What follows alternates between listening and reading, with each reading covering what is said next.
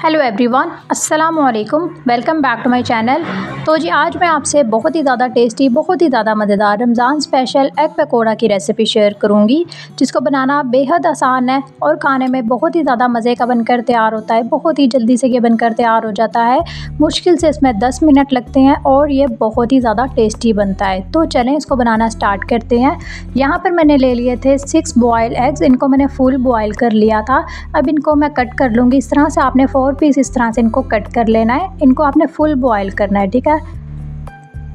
तो सारे एग्स जो है ना, आपने इस तरह से इनको कट करके साइड पर रख देना है।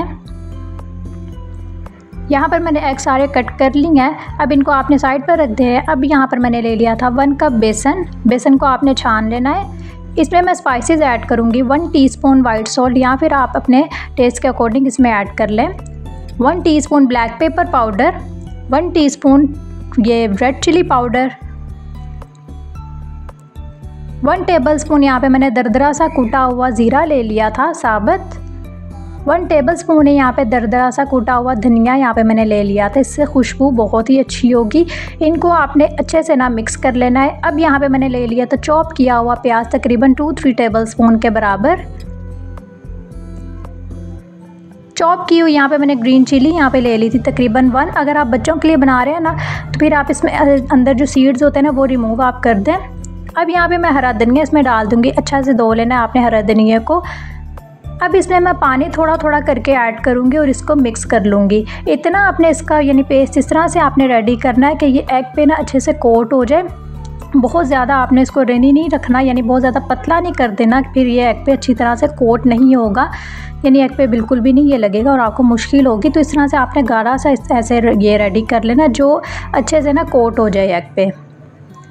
अब यहाँ पे मैंने 1 पीस एग का लिया और इस तरह से आपने इसको आराम से ना इस तरह से कोट कर लेना है सारा बेसन में। आप देख सकते हैं कितने आसानी से ये कोट हो रहा है।